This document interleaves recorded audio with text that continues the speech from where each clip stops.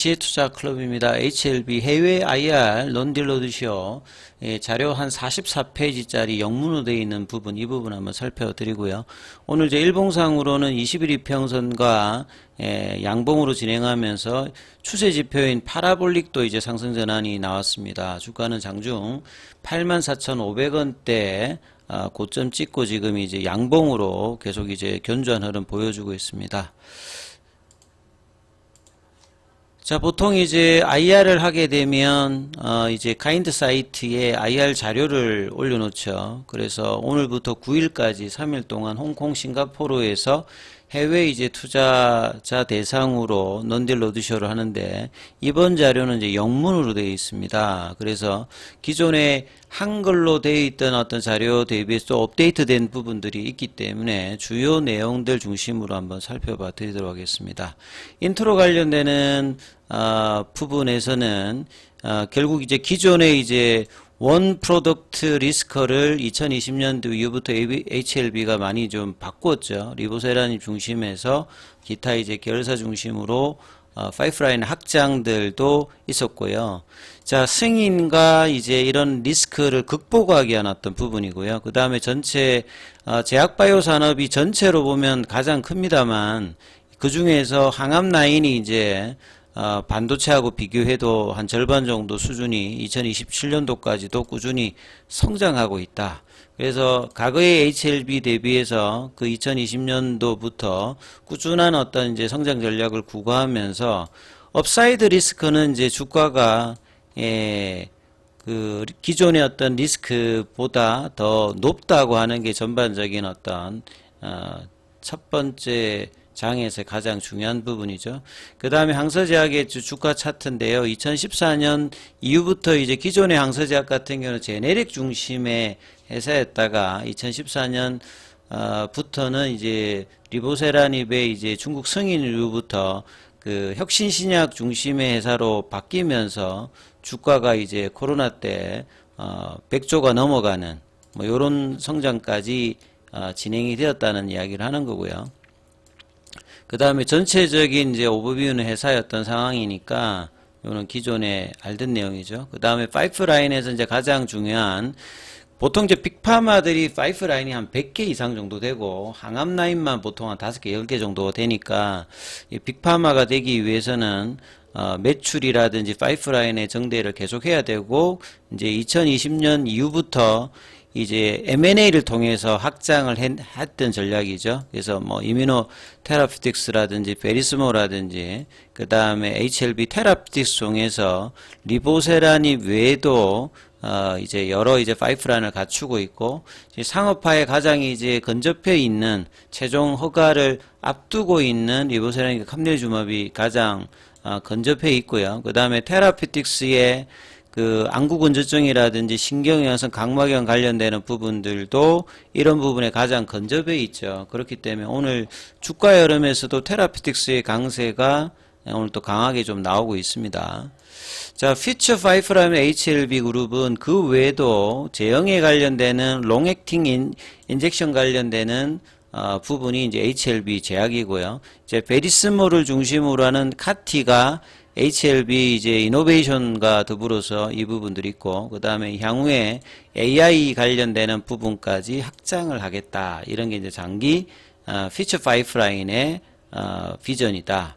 그리고 이제 간암 1차 치료제 관련되는 마켓 프레이는 기존에 이제 파이엘의 소라페닙, 에자이의 렘바티닙, 2020년도에 로슈, 2022년도에 아스트라제네카 대비해서 이제 비교하는 겁니다. 그 임상에서 숫자고, 결국 가장 중요한 게 일단 OS 값이겠죠. OS 값에서 23.8개월은 기존에 승인받은 제품 대비해서 가장 두드러지는 OS 값을 가지고 있다. 그리고 이제 그 지금 현재는 CR 레터가 발행되어서 리서브미션을 해야 이제 최종 승인까지 다시 프로세스가 진행되는 어떤 부분에 있다는 거고요. 자, 안지오제네시스 같은 경우는 혈관제, 신생혈관제 억제 관련되는 부분입니다. 이제 신생혈관이 이제 어떻게 이제 형성이 뭐 되어지느냐, 암 입장에서. 그래서 이제 뭐 저산소증 관련되는 부분이 되면서 이제 이 암 입장에서 보면 배제팔 관련되는 부분에 이제 수용체 결합이라든지 이렇게 해서 이제 형성되는 부분이죠. 요거는 이제 뭐 기전 관련되는 부분에 논문에 있는 부분을 인용한 거고요.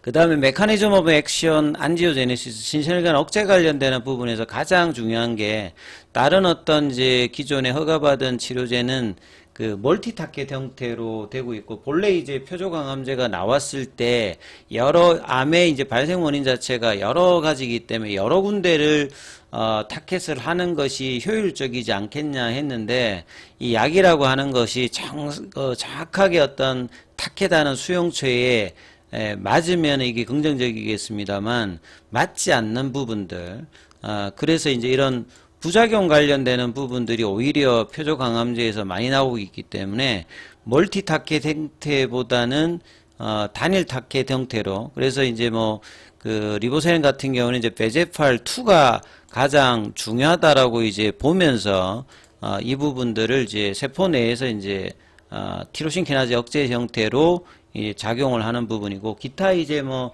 바이엘이라든지 그 에자이라든지 요쪽은 대부분 이제 싱글 타켓 형태가 아니라 멀티 타켓 형태이기 때문에 부작용이 그 소라팸이 그래서 좀 강하다라고 보시면 됩니다. 그리고 이제 작용하는 기전 자체가 항체 치료제 같은 경우는 이제 분자 구조가 그 케미칼 비해서는 이제 뭐 100배, 200배 이렇게 몇백 배 이상 크기 때문에 세포 내로 투과가 안 되죠. 그래서 세포 밖에서 암세포가 이제 뿌려지는 또 수용체가 이제 수용체에 결합하지 못하게 이제 블락킹하는 형태고 그 리보세린 같은 경우에는 이제 세포막을 투과해서 안쪽에서 이제 세포 내에 그 신호 전달 체계에서 이제 블락킹을 하는 형태입니다. 그래서 이제 크기가 다르고 세포 내로 투과가 되고 뭐 비용이라든지 부작용이 상대적으로 이제 항체를 주로 하는 치료제인 로슈라든지 아스트라제네카 대비해서는 차이가 난다라고 보시면 되겠죠. 자, 그래서 이제 이렇게 보시게 되면 렘바티닙이라고 수니티닙하고 이제 리보세림하고 비교를 하게 되면 타켓 자체가 이제 시렉티브 VEGFR 인히비트라는 것의 핵심 자체는 뭐냐면 싱글 타켓 형태니까 그 다른 쪽에 이제 비슷비슷하게 돼 있는 그 키나제에 정확하게 붙는 것이 멀티 타켓 형태는 좀 어려운데 싱글 타켓 형태인 리보세린 같은 경우는 이 부분들이 우수하고 이제 여러 논문에서 이 부분들을 이야기하기 때문에 부작용이 작다. 이 부분들을 이번에 또 어필한다라고 봐야 되겠죠. 그리고 리보세라님의 메커니즘의 그 기전을 이야기할 때 그 왜 이제 병용에서 면역항암제의 파트너로 이게 도움이 되는지를 또 설명하는 거거든요. 그래서 이니비트 안지오제네시스는 이제 신생혈관 관련되는 암 입장에서 암이 이제 일정 크기 이상이 늘어나기 위해서는 이제 혈관으로부터 산소 영양소를 공급받기 때문에 울퉁불퉁한 아주 그 혈관들을 만들어내는데 이 부분들을 억제하는 거고 그렇게 되면 혈관이 이제 그 리보세린 같은 걸로 이제 이걸 저해하면 이제 정상화됩니다. 울퉁불퉁한 혈관들이 없어지게 되고 정상적인 형태의 혈관이 이제 기존들이 복음되면 이것 때문에 이제 일종의 이제 종양 미세환경을 갖추거든요. 암세포 주변으로 그 면역세포 특히나 이제 T세포가 근접을 하는데 들어가지를 못합니다. 그런데 이제 혈관이 정상화되게 되면 인크리스 T셀 인필트레이션이라는 거는 이제 T세포가 암세포 안쪽으로 이제 들어가게 되는 것들을 만들어지기 때문에 암세포를 압박한다. 그래서 단순히 이제 신생혈관 억제뿐만 아니라 이런 기전을 가지기 때문에 캄넬리주막과 병용을 하게 되면 효과를 내는 거죠. 그러니까 이런 어떤 병용 파트너의 가치가 리보세라님이 상업화 이유가 허가를 받게 되면 상당히 높아지기 때문에 러브콜이 온다는 겁니다. 그래서 이런 부분들이 이제 뭐 해외 투자자 입장에서는 굉장히 이제 관심이 높아진 어떤 기전의 흐름이라고 해야 되겠죠. 그리고 지금 현재 프로세스는 5월 17일에 CR 레터를 받아서 이 9월 예정인 그냥 회사가 이야기한 IR 기준으로 9월에 이제 리서브션 관련되는 부분이 예정돼 있기 때문에 이번 IR에서도 이런 부분들이 어필이 될 수가 있겠죠. 지금 이제 스테이츠에서 업데이트 애프터 CRL 관련되는 부분들 보시게 되면 7월 2일에 이제 타이베이 미팅을 통해서 이 포스트 액션 레터를 받았고 no additional deficiency noted 어떤 추가적으로 결합 관련되는 부분들이 전혀 없다. 그리고 conclude 타이베이 미팅이 이제 결론을 어떻게 지었나 그러니까 뭐 빨리 준비되는 대로 제출해라. 그래서 FDA가 리서브미션에 대한 요구를 했습니다. 그래서 9월 예정인 부분에서 플랜트 리서브미트 NDA를 하겠다라고 하잖아요. 그리고 여기 이제 추가적으로 이제 8월보다 조금 더 딜레이가 된 부분들은 OS 업데이트를 기존의 부분보다 좀 더 확장된 뭐 1.7개월 정도 더 연장이 되었는 23.8개월은 후속 이제 브리스톨 마이어스퀘어라든지 머크를 대상으로 한 부분입니다. 그럼 이걸 제출하게 되면 FDA CDER에서 acceptance letter를 보내주게 되면 이거에 따라서 이제 클래스 1이면 뭐 11월에 최종적인 허가 결정들이 나오는 거고요. 포드파 일정이 나오니까. 그 다음에 클래스 2가 되면 6개월 정도 가고 자문위 개최가 나오면 내년도 이제 3월 달에 하는 게 지금 이제 CRL 이슈 이후에 지금 업데이트된 부분들이죠. 그 다음에 이제 머크와 다이치 산교의 CRL 이슈 케이스 이야기를 하는데요. 글로벌 빅파마 같은 경우도 CRL은 보통 이제 바이오가 들어갈 경우까지 뭐 포함하면 거의 한 37%, 40%니까 절반 정도는 CRL을 뭐 빈번하게 받는다니까 특이한 어떤 이슈는 아니라는 걸 이야기하는 거라고 보시면 될 것 같고요. CRL 트렌드 관련되는 부분에서 서브미션과 CRL 레이터 관련되는 부분에서 과거 이제 5년 동안에 CRL 레이터 이제 평균 NDA 서브미션 관련되는 부분 이야기고요. 그래서 특이한 어떤 경우는 아니다는 거죠. 그리고 CRL 트렌드 관련되는 부분 이야기. 그 다음에 포드파 이제 트렌드 그래프 관련되는 부분이고 이미 이제 비모 인스펙션 관련되는 부분은 여기는 이제 그 VAI를 받은 상태이기 때문에요. 예. 요건 특별하게 지금 이슈가 되지는 않습니다. 이건 FDA가 하면 되는 거니까. 그 다음에 이제 그 기존에 나왔던 부분들이고요. 요것도 앞에 나왔던 부분들이고, 그 다음에 이제 이번에 이제 업데이트 됐던 부분들에서, 이제 OS 값이 이제 이 브리스톨 마이어스퀘어의 부분이 23.7개월이 나왔거든요. 여기는 이제 유럽에서는 이미 이제 NDA 진행 과정을 이제 뭐 진행했는데 최종 허가라든지 이거는 이제 시간이 이제 걸리겠죠. 여기는 이제 프라이머리 엔더 포인트 자체를 OS 값 중심으로 했던 부분이고 지금 리보세인과 감리주막 같은 경우는 이제 23.8개월 하면 여기 대비해서도 지금 그래도 나쁘지가 않는 부분이고 그 다음에 트리트먼트 리테이트 어드밴스 이벤트 같은 경우가 상대적으로 좀 낮습니다. 물론 이제 헤드 투 헤드는 아니니까 직접적으로 이 데이터를 비교하면 안 됩니다만 그래도 뭐 간접적으로 이 부분에 대한 이제 언급들도 후발주자에 대한 어떤 이야기도 하고 있고요.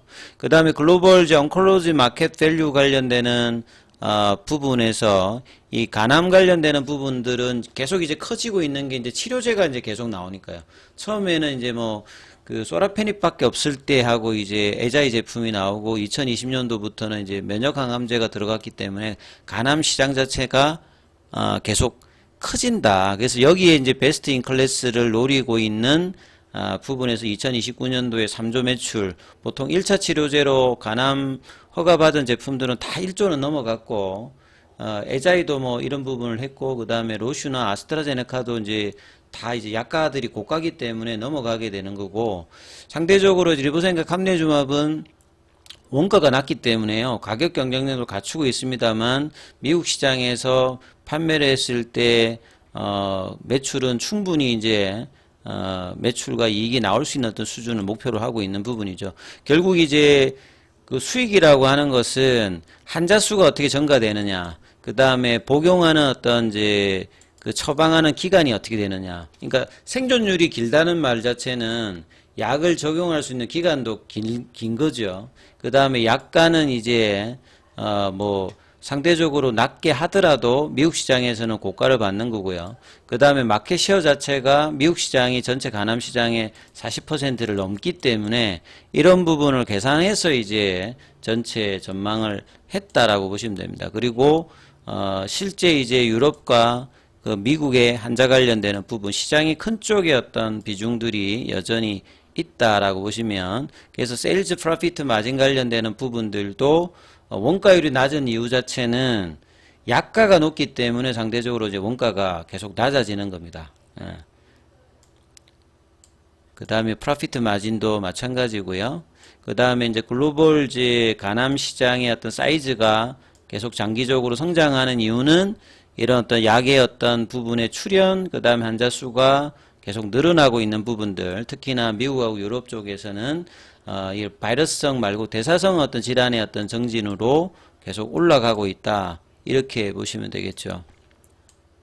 그리고 이제 요거는 이제 기존에 나왔던 부분들입니다. 그래서 그 작년도에 이제 로슈의 어떤 점유율이 떨어졌던 부분들은 로슈 제품의 어떤 중단율 관련되는 부분, 약점이 있기 때문에 아스트라제네카도 이 부분을 완벽하게 만족시키지 못하기 때문에 리보사인과 캄넬리주마비 들어가게 되면 충분히 이 부분들에 대한 어떤 베스트 인 클래스의 효과를 가진다.